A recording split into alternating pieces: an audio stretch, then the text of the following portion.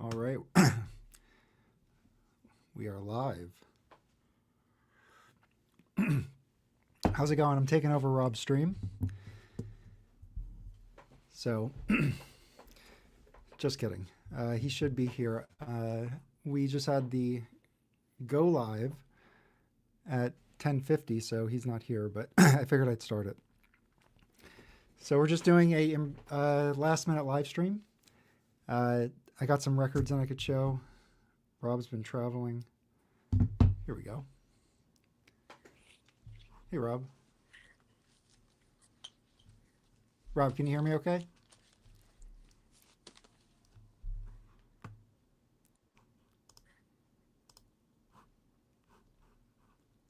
Rob, what's up? Hey.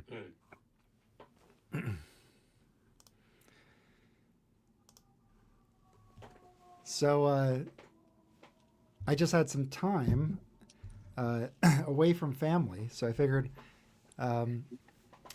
listen to some records and see if anybody was up for a live stream. Did you start the stream? Yeah. Jeez. Dude, I didn't sleep. I mean, my flight was so early this morning I couldn't fall asleep. So I haven't slept. Well, I slept on the plane a little bit. How many records did you bring back? Like 100. Hey, I hear an echo back from you. Oh, hold on. Is there anyone here chatting? Is there anyone here watching? God, you people are losers. What are you doing tonight? All right. Can you hear me? Is this better? Yeah. Cool. I have I have records I didn't show before I left. But I did pick up like a ton of classical records. A lot. Oh, you sent me records. Yeah. Oh, I sent you too. Yeah. So you sent me this Gene Norman's Presents 10-inch. Yeah, how is that? I think it was recorded in 53. The style is like fine. It's good. Nothing crazy, but just the recording quality, fantastic. Like for 53, that sounds great. So that was a West Coast session. And then you also sent me the Archie Shepp New York Contemporary 5 US pressing on Delmark, which I've listened to also. And that is such a good record. That's like, it's like 62 Archie Shepp. Yep. And but I think it came out, they put it out later, right? Yeah. So the 62 one was put out on Sonnet, which is like a Dutch label, I think. And that one is quite rare and expensive, has a beautiful photo cover. And then Delmark reissued it here with a different cover, unfortunately. I have a copy for myself, and I have another one in my auction. I was cleaning some, I listened to this. I picked this up, and this is excellent. Oh, cool. So this is just them improvising. He's playing vibes. Nothing, it's not crazy stuff. And he's playing sax. They're alternating between other things. But it's very good musicianship. Yeah, I'm sure it is. I highly recommend this one. Yeah. Here these are leftover ones from before I left. I found a nice white B Van Gelder of this. Nice. That sounds good. This is a timeless. I think I have a CD, this Tommy Flanagan jazz poet on Timeless. They put the sticker made in Holland on the label, like geniuses. Who's on here with him? It's George Mraz and Kenny Washington. It's trio. Then this is excellent. This The Mountain, Abdul Ibrahim, Dollar Brand. Yeah. Carlos Ward, Ricky Ford, Charles Davis, Dick Nice. Griffin on trombone, Cecil McBee alternating with David Williams on bass, and Ben Riley. This is what is this from? I don't know. I think this is his label. Kaz Records is 1989. I think that's Okay. his label. Okay. But this one's outstanding. I actually had this on my want list. This Roots. So the band is Sam Rivers, Chico Friedman, Nathan Davis, Arthur Blythe, Nice. Yusuf Muhammad, Scott DeBron, and Don Pullen. This is a Okay. double LP, and they're just playing like standards stuff. Oh, It's that's good. cool. That's cool. Vinyl Piper turned me on that now again, the Reissue label that's from LA. Mm-hmm. They do a lot of Zam rock. They do avant-garde free jazz stuff. The guy who wrote the musical Hair was kind of a experimental musician, and his name is Galt McDermott, and this week, 2 weekends ago, they did where they bring in no, the owner was selling off some of his collection, and they found extra records without covers. So a buddy of his did 25 limited silkscreen covers for the record. And there are only 25 made of these. Wow. So I picked one up, and it's kind of like improvised jazz pop. That's the way it sounds to me. Okay. But they put out 3 of his records that sold out. I think you can get this one still with the regular cover. Okay. Then I found an OG stereo of Monin Oh, with the very nice. sticker. Yeah, very cool. Yep. Got it for a good price. It's probably VG-ish. It sounds really good. Well, what's cool about that is we were talking about this on the last live stream, is that had a dedicated mono tape, and then it also had a 2-track tape. So it's cool to get both of those, mono and stereo. I have both. I have OG's mono, not in the best shape. I have several copies of this. So now, but then I got a nice OG mono of this. Nice. That's nice. Yeah. Yeah. Didn't pay a lot for that. I highly recommend, if no one has, I think I showed this before, if no one has picked this up yet, go grab it.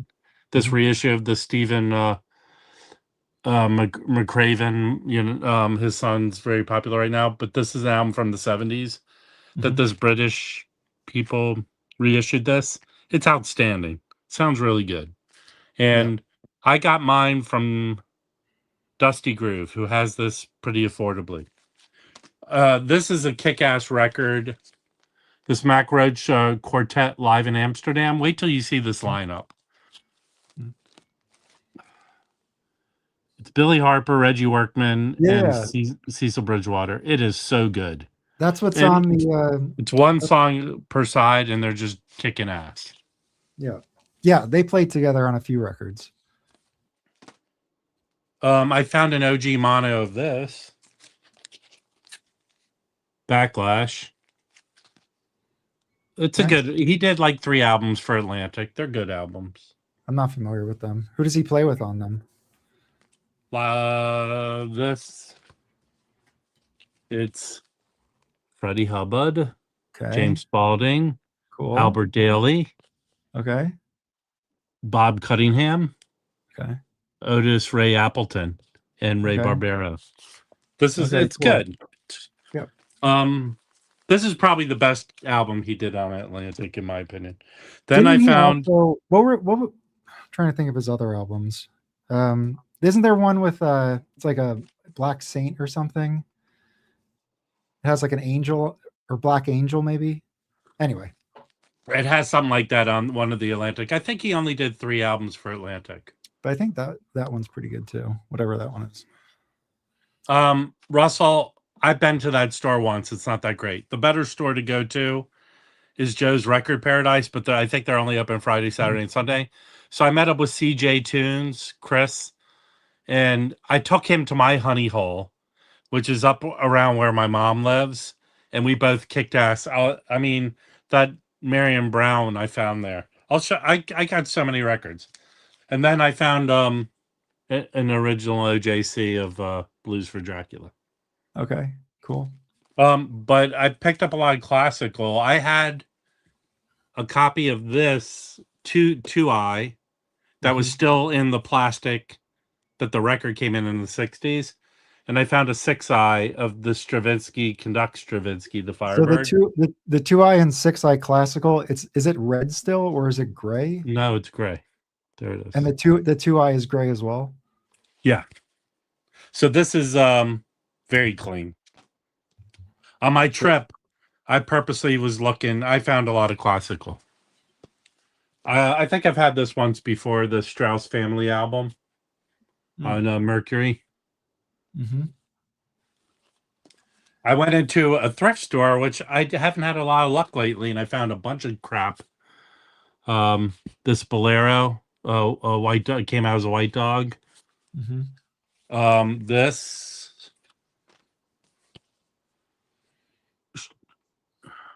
Pathaik. I am not pronouncing shit.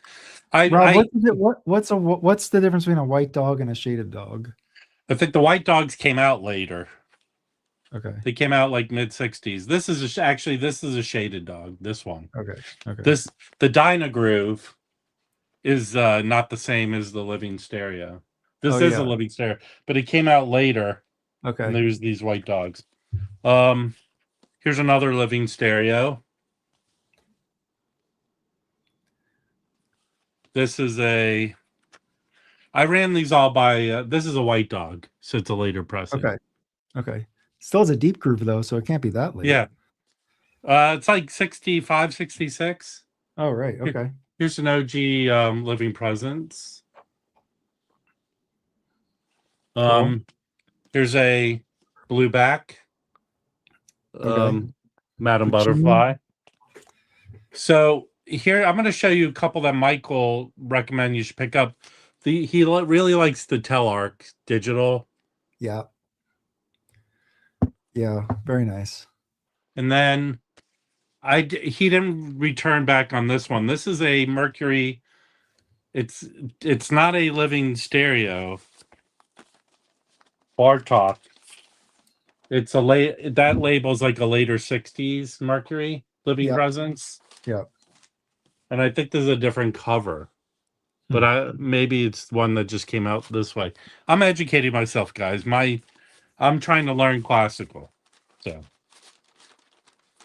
I'm trying. Of course, every time I see a Living Stereo or a Mercury Living Presence, I pick it up. So this is a OG, still in the plastic it came in. Oh, nice. Yeah. Very nice. That's great. Yeah. He said this was good. This Scheherazade from 61.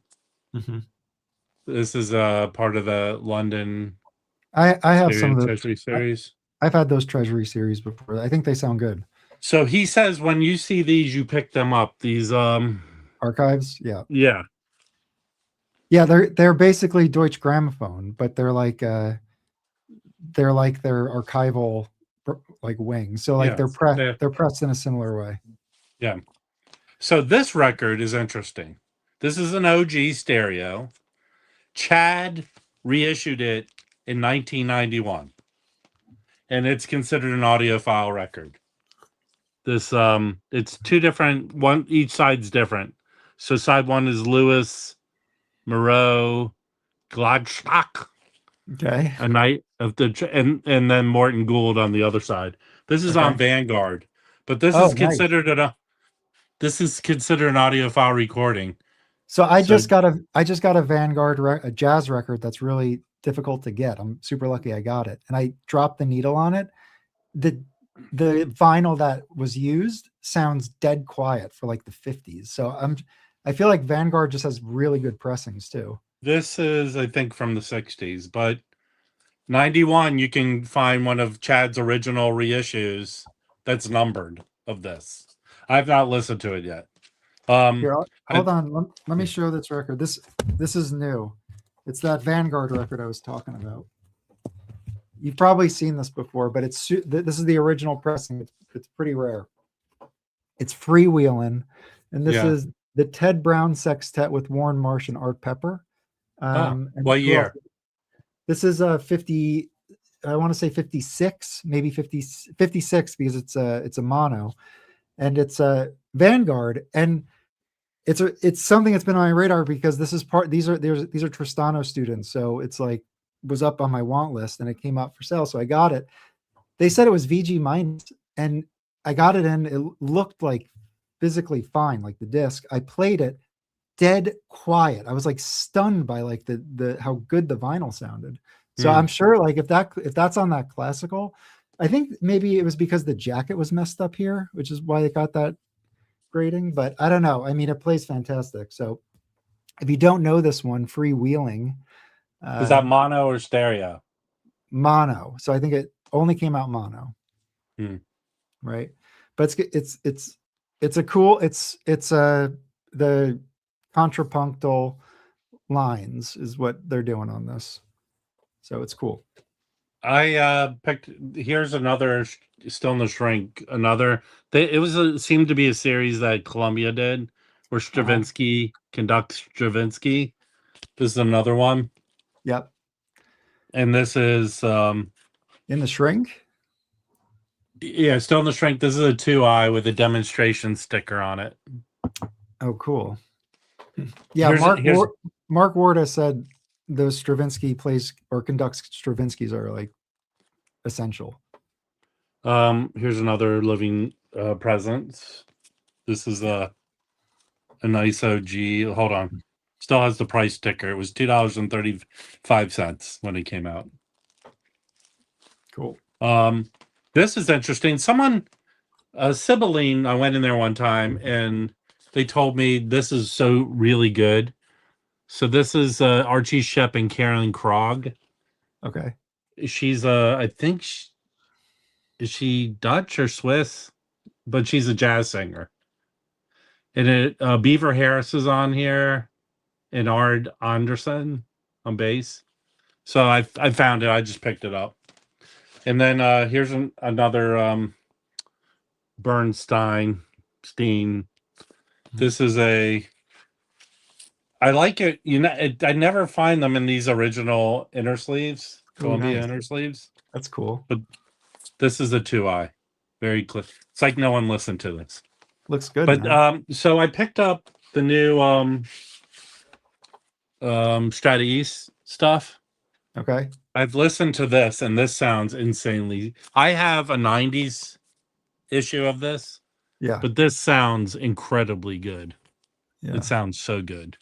Is it a Scorpio? Do you have a Scorpio? Is that what it was? It's not a Scorpio. Though I remember we talked about this and I've never had anyone. So it's like an official pressing. From what I heard, when Stanley Cowell needed money, okay, he would go repress records in the 90s.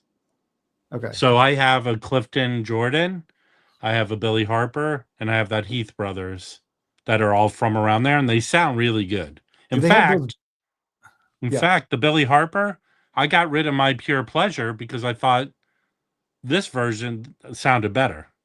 Can you show what the labels look like on those? I'm just curious. They're hidden away. Okay, but they look like original Strata labels. That's what they look like. And I haven't listened to this yet, although I have an original of this Music Inc. Hold on. And I'm gonna imagine this sounds better than the Music Inc. I have. Oh yeah, that's a cool one. The original of that is like $90 to $100. I'm seeing. Well, I have it. I might sell it and just keep this. This I picked up because they were playing it at Record Safari, and in the shrink with a promo. It's like it's a Soul Train comp from the show on Avco, and it sounded really good. So cool, funky record on a special label. Okay, that one. All right, I picked this up. So my guru, the In-Groove, who's giving me advice, he's like saying you need to learn about classical.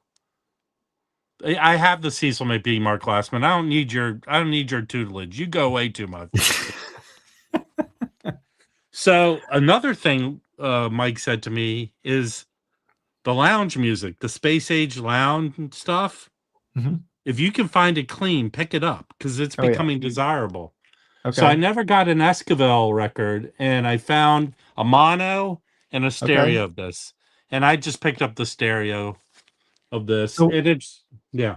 so what is the style on it? It looks So if cool. you don't know Martin Denny, which is they could like tiki lounge music, but Esquivel Okay. is I don't think the song I want on here. If you watch Saturday Night Live, remember Tracy Morgan did that thing, Rocket Ship Jones or something, and he kind of sang the song, but it was an Esquivel song. I don't think it's on Okay. this, Okay. but this is sort of like if Duke Ellington did lounge space age jazz, Okay. All and right. it's really well recorded and it sounds good. Okay. Yeah, I don't believe you, Mark Glassman. I found a sealed copy of this, and here's an Okay. interesting thing. Yeah. It's sealed, but I was able to identify it because it's a 1979 Monarch pressing. Uh-huh. Because an OG of this, which I have an OG mono of this, Okay. great record, Charles Lloyd, Dreamweaver, this is sealed, is on the original, it has like black bars with text in it and a box up here that says like Atlantic. So Okay. this is the only one that has this kind of back cover. Okay. That was so So interesting. what But this is Charles Lloyd, Keith Jarrett, Cecil McBee, and Jack DeJohnette. Okay, cool. Yeah. I found a sealed copy of this John Fahey Christmas album. All right. Okay. And then this is cool. I found a mono of Pet Sounds. This is a 1980. Okay. Don't sleep. If you find Capitol Green Label pressings, they sound insane. I have the what's his face, Nat King Cole Christmas album with the green label, and that sounds really good. What's Sumrov for white people? The Esquivel? Is that what that is? Okay. I was like, is he saying Charles Lloyd? Well, Esquivel. No, I think he's talking Esquivel. Yeah, that makes more sense. Esquivel was a Mexican band leader. He's from Mexico. Honestly, I don't know too many Mexican jazz musicians from the 60s. And I don't know if you would call Esquivel, because Esquivel wrote a lot of new movie scores, and I think he wrote the I Dream of Jeannie theme song. I think he did, but I could be wrong. Here's another Mike Poetry said this is good. This is Oh Rites of yeah. Spring. I have that. I have that. Okay. Here's another archive. What is that? French Sweets. Yeah. Okay. Cool. Here's another Living Presence. Doherty. He did Minneapolis Symphony. Okay. Here's another Living Presence. Howard Henson. Okay, I already have a copy of this, but I found another one. So I'll probably sell which one ever don't want to keep. The Montcor, part of that Jazz Composers Orchestra, Yeah. where Is it's it like basically all the same people. JCOA or something? Yeah. This is really good. I found another very clean. Oh yeah. That This was is like a one of the first like real free jazz records that I bought. That was This is early. the U.S. pressing. Okay, I Yeah. think I remember. I definitely think Elliot Cruz showed this, but I think Dave, local bandography, showed this. This is a Newgrass album, but Dave Holland's on it. And I said he thought this was really good, so I found a copy of it and I picked it up. This Norman Blake.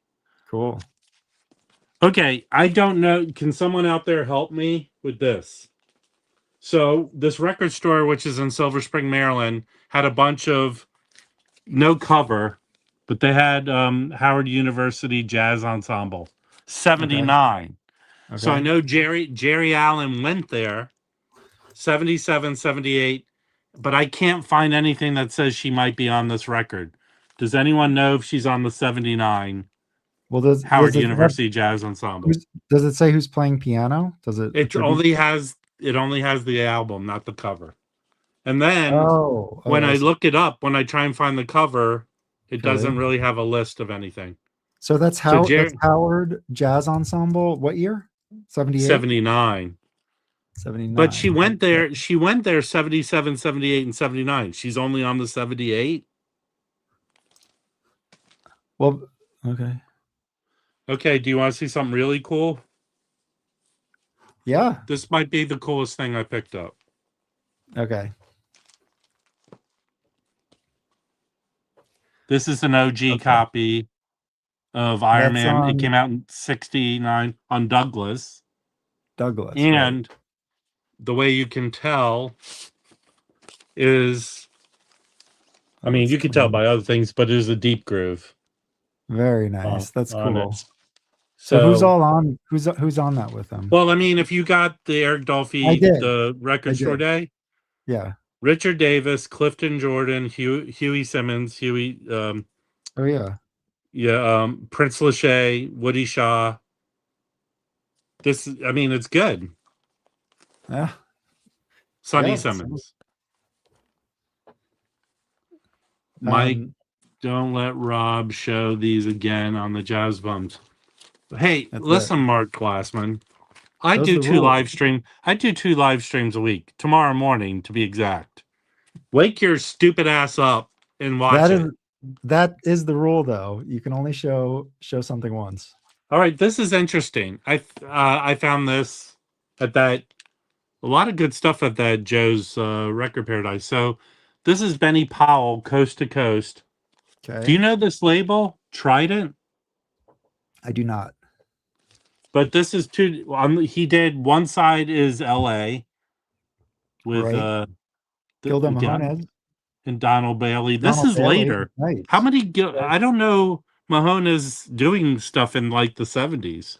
Is this the 80s? Same thing with Don Bailey. This is, what year is this? 1981. I don't know. I haven't seen Donald Bailey and Gillo Mahones on later stuff. Does anyone? And then they did in New York with Clifford Jordan, Ray Drummond, Mickey Tucker. Okay, here. Jerry Allen is also on the 79 record. Side 1, track 1. It's one of her compositions. So she's on that record. So it was a good pickup then. Hey, I found a really nice copy of this. I already have it. If you don't have this record. Yeah. Hold up. Let me show you. What? Let me show you. Let me just overkill this for a second. Okay. Sure. Okay. So just so people can see, this is that 79. That's the one you have, but no cover. Yeah, the cover's cool, actually. The cover's really cool looking cover. Okay, so this is what it is. Here we go. So this is the original cover. And if you look, it's going to be hard to see, but side 1, give the band whatever, Jerry Allen. You can see Jerry Allen right there.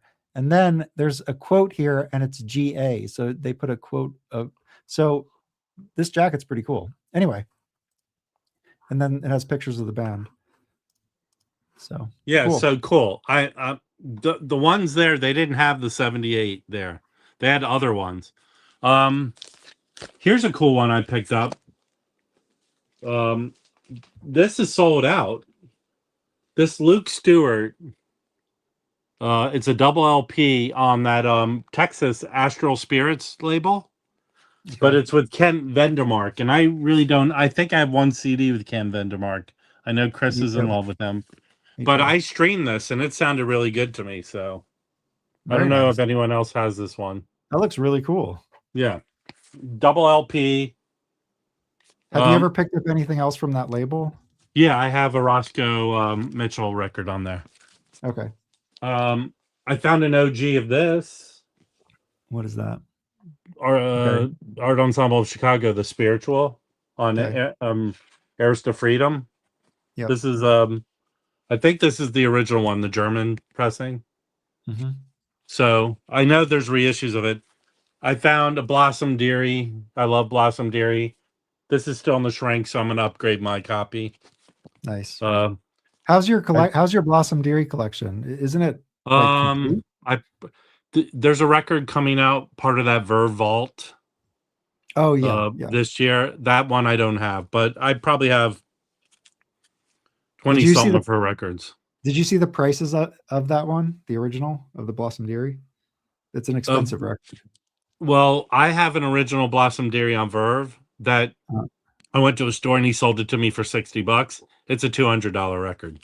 Yeah. I already have this record. I found it without the cover. This Richard Davis on Cobblestone. Nice. This is the philosophy, whatever one, spiritual. Yep. So this is a cool record. And then I found this is really good, this Charlie Hayden duet record. Yeah, that's cool. And what's the last thing? Yeah, that's pretty much it. I have other stuff, but I can't show any of this tomorrow, so tough shit to anyone going to watch tomorrow. Yeah. Wait, what Norman Blake record are you telling me I should put out? Because I'm going to be honest with you. So I found a really good record, and I found a copy of it, and I ordered from a guy who's away for the holidays, and I'll get it next week. And I remember Stefan from South Africa, that dude. Yeah. So there's a Dollar Bram record from 1976 with Harold Land and Blue Mitchell and some other South African jazz artists. And it's kind of Cape jazzy. I found the record. It only came out in 76 and it was reissued again in 81 in South Africa. It's never been issued anywhere else. I have good luck with I contacted the company who owns the rights. You know what they said to me? We have no plans right now to issue that record.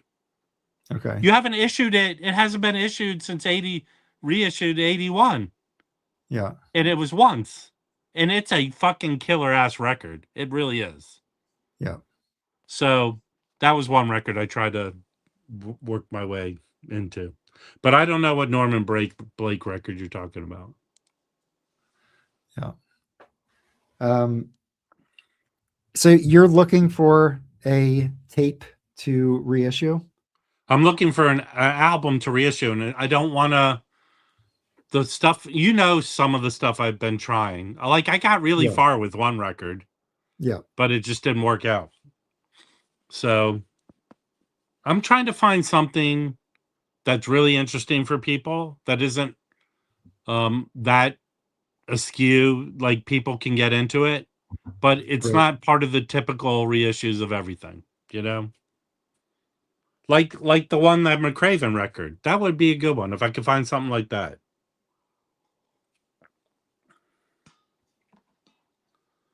So do you have other stuff? Oh, this is really good. Okay. This is on Ogden. It's SOS is the initials of these guys. So it's Alan Skidmore, Mike Osborne, and John Sermon. And it is awesome. It's not crazy. They all play different instruments. Sometimes they all play saxophone together. But it's a really good record. If you find this, it's good. What is that? Huh? What's that label? I'm not too familiar with it. It's a British label. I forget. Isn't it a jazz musician, like an avant-garde weird guy who put this out? I think this is a troll. This isn't really Mark Glassman. No. You'd be the only one who wouldn't buy it. Can I show a cool record here? Yeah. So yesterday I went up to Drosa Records and I walked away with a stereo Liberty of Catwalk Donald Byrd. So they had a price of $50. So I was just like, I'll get this. I do like Liberty pressings. It's got the RVG stereo and the dead wax. And the title track, The Catwalk, is a fantastic song. So like it comes in and it's like kind of classic Blue Note hard bop sound with like stating a head in like, you know, that kind of hard bop style on the label. But then it goes into first solo and it's just trumpet and drums. And it's like, I guess it's trying to like mimic a cat, or I don't know, catwalk or whatever. But it's really creative. So that track alone is excellent. But it's a good album. And what it did was it had me pull out my other Byrd. So I have this one. This is my favorite. This is it's like one of the later Hackensack sessions. So this was an Inglewood Cliff session, so a little later. But Byrd in Hand has Charlie Rouse and who's the other player? And Pepper Adams. So Pepper Adams and Donald Byrd play together a lot. So on like all of these, they played together when they were younger because they're both from Detroit, right? Yeah, there's a ton of records together. And then I also listened to Fuego Donald Byrd. This one has Jackie McLean. Yeah, I have that. And all three of these records, like, and I have other ones, but these are my favorites. I like did like a whole listening session, and these are definitely my favorites. But like, it's such a, you know, because later on he goes electric with Electric Byrd. There's a lot more funk. But when you go earlier, like his Savoy stuff from '55, it's way like more straight ahead. This is more like Blue Note hard bop, and these records are just like quintessential hard bop sound. They're so good. I have two more records I found. How many Donald Byrd records do you have though? He's not my favorite, but probably like 10. This Art Pepper Quartet, a work of art, came out on Concord. Okay. And it's Art Farmer, Fred Hirsch, Bob Bodley, and Billy Hart.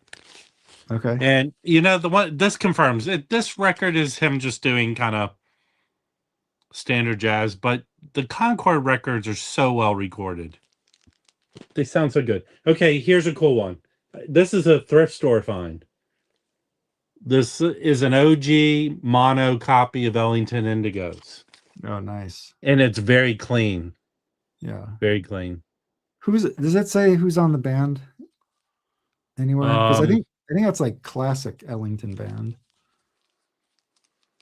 Not on the record. It's Ray Nance, okay, Cat Anderson, Shorty Baker, Clark Terry, Willie Cook, Sam Woodyard, John Sanders, Britt Workman, Quentin Jackson, Jimmy Wood, Johnny Hodges, Harry Carney, Russell Procope, Jimmy Hamilton, Paul Godslavs, and Duke. Okay, cool. Yeah. Okay, Eddie. Here's an Eddie Perez record. Do you know this band, Eddie? Oz, Fire in the Brain. Eddie Perez. This is your record, Eddie. There you go, in your face.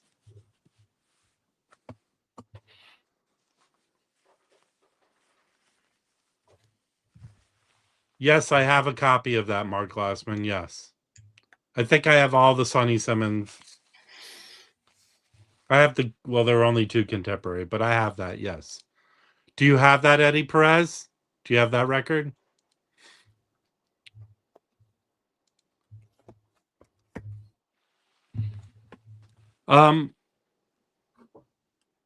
Yes.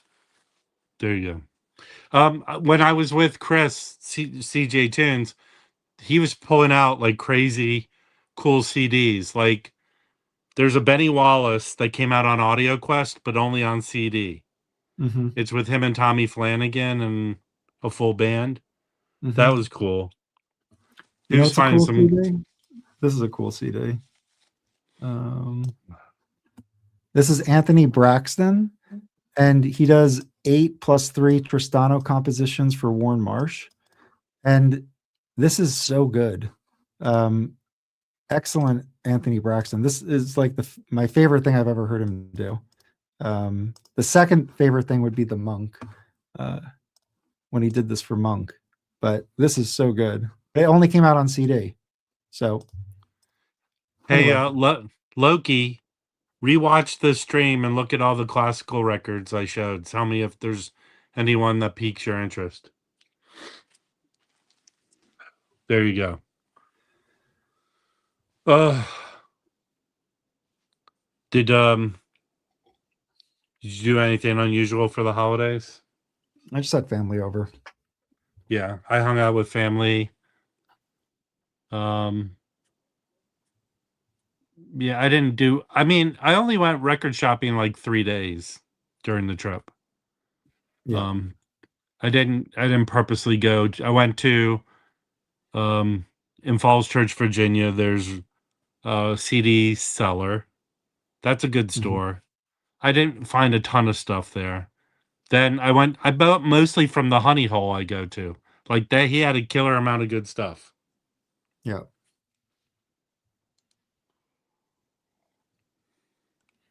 No, that's not the case. No.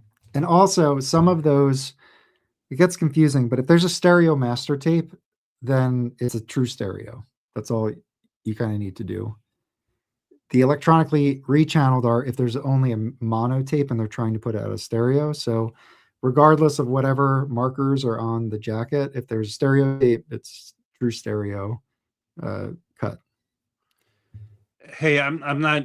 We don't talk about this type of music, but I noticed Chance posted some on Instagram where he found a Lionel Richie record for $1.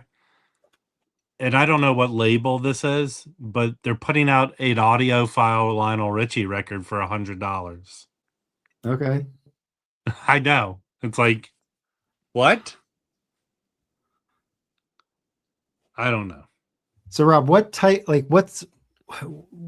of style are you going for potential, It's releases? just a hard to get record that might be slightly avant-garde, you know, Hmm. but not something typical.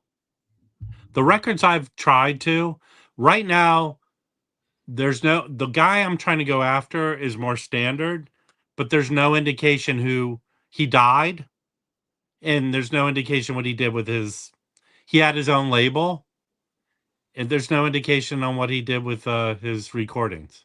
Mm. So I'm trying to find that out. Yeah. And it the one record I own 3 of the Stooges records. The one record, if I could issue it because of the band that's on it, the Yeah. players, Yeah. but is some I have it. It was like one of the rare times that someone looked at my collection and asked me if I would sell this record. It goes for a Mm. little bit of money. So that right now that has my this one. But if that Dollar Brand record would have been awesome, man. Um,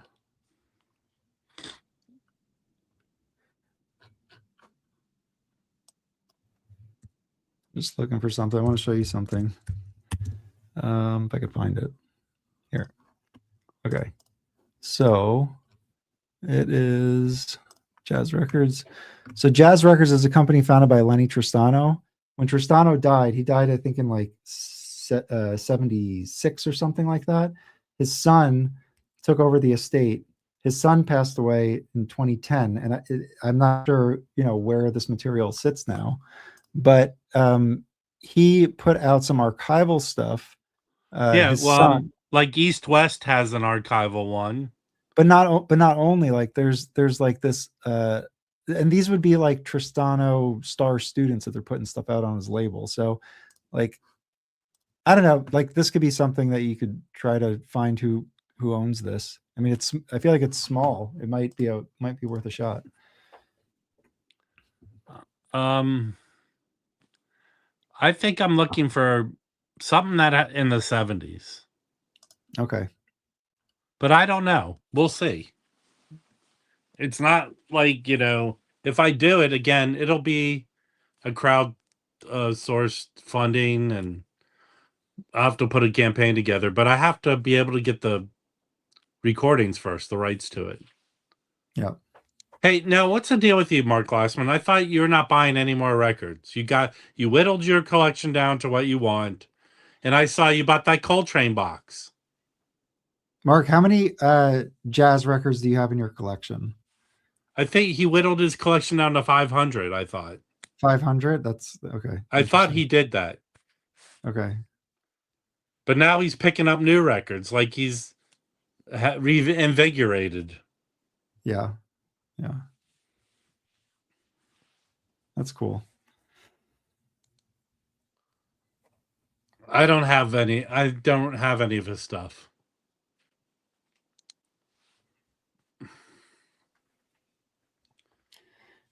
So I'm working through Lenny Tristano stuff.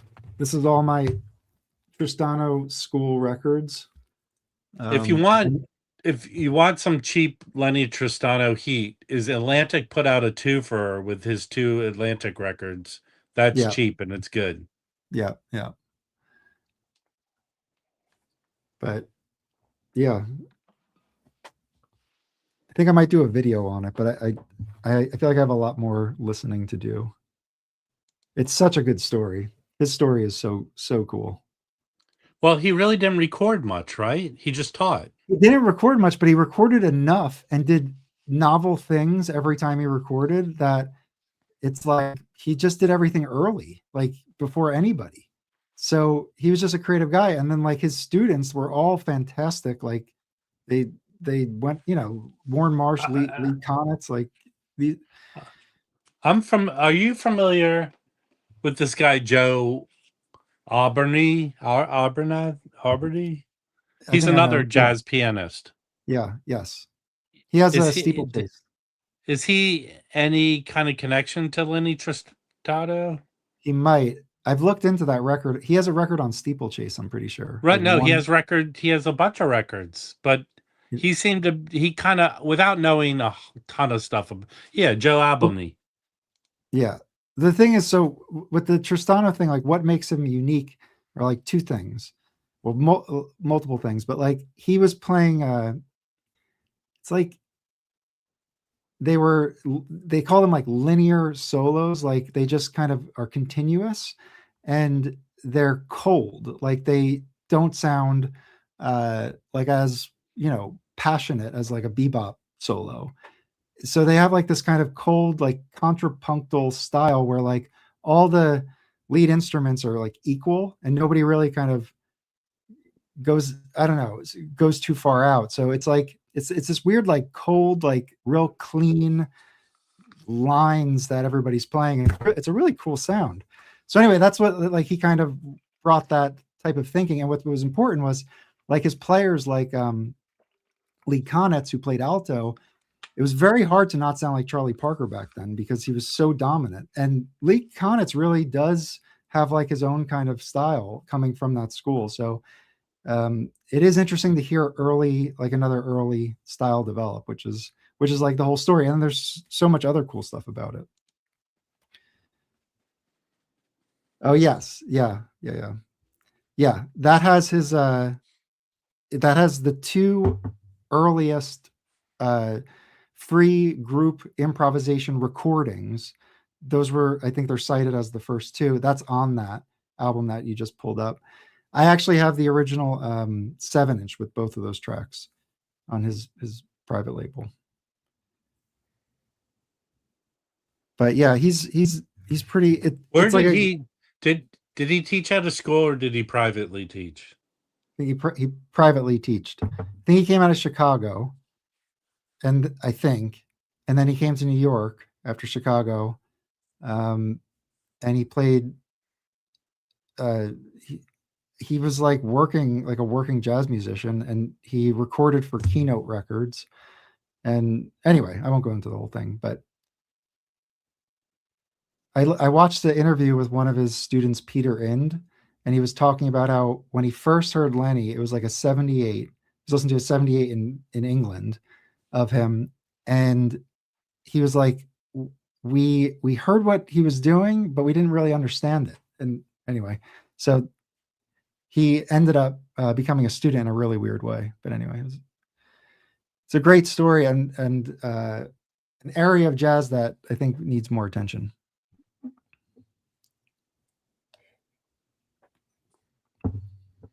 What now? Well, you gotta let me know which ones you want, if you do want them, because I still have that other record of for you. So. Oh, and here's that. I just have it here. This is that private 7-inch that has. Oh no, I'm sorry. This is different. This material has the free improvisation on it. Anyway, I could be confusing things. Sorry, I'll just stop. So yes. Is there anything else you want to talk about? Because I have like 5 brain cells working right now. All right, let's close it down. Hey, by the way, if you live in Southern California, there's a silver alert. So check your phone. I'm still here. I don't think I qualify as a silver alert. Yeah, all the Jew-free stuff is good. Yep, for sure. And I just showed the Marion Brown Hempel record. That was on Paul Bly's Improvising Artists. I haven't found a record on there I did not like. Oh yeah. Everything on there I found so far is good. Yeah. He's still around. He'll be on the live stream tomorrow. Okay? And maybe we'll talk about Joan arbitrating for you, Paul. All right, Rob. Well, enjoy showing these records again. No problem. Anytime. And come by tomorrow morning. I'll probably be more with it. Yeah. I'll have a night's sleep on me. So, everyone, thanks for coming by. Appreciate it. We'll see you tomorrow morning. Bye.